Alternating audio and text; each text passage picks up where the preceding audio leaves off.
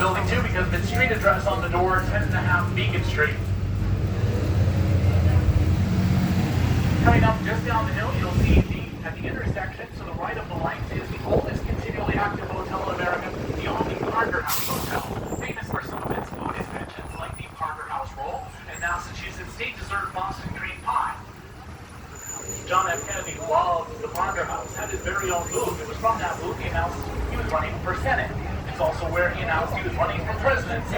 It's also where he proposed to his future wife.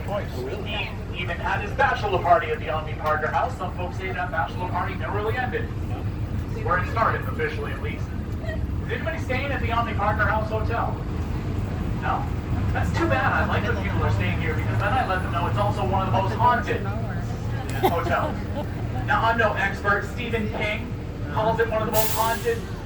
He likes to stay here when he's in town. He won't tell us which one is number 1 or number 2 because the other one is in New York and he doesn't want to cause a rivalry.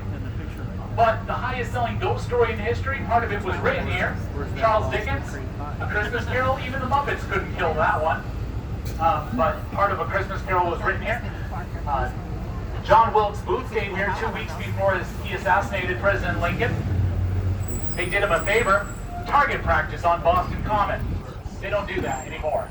Just so you guys know, frankly, I don't believe in ghosts, but if you look through the window, you will see plenty of spirits.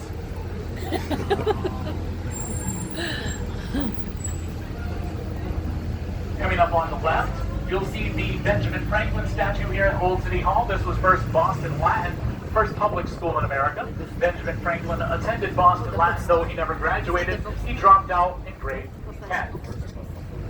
Although now it's not Old City Hall anymore either, it's Ruth's Chris Steakhouse. To the right, the Old South Meeting House was from this location. Sam Adams told the Sun-Saluting, "There is nothing more a meeting can do to save this country." And to the left, the very historic Chipotle. Well, it used to be the old corner bookstore, but progress.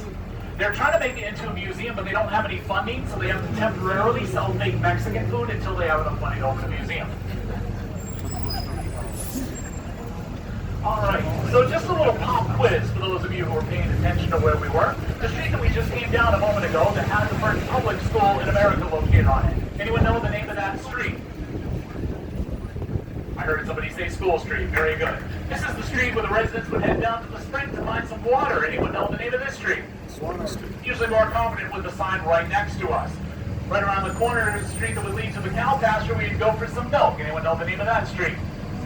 You should see where I'm going with this by now. If you wanted milk, you'd go to Milk Street. If you wanted water, you would go to Water Street. If you wanted to go to school, you'd go to School Street. If you wanted to go nowhere at all, we're almost turning on to Congress Street.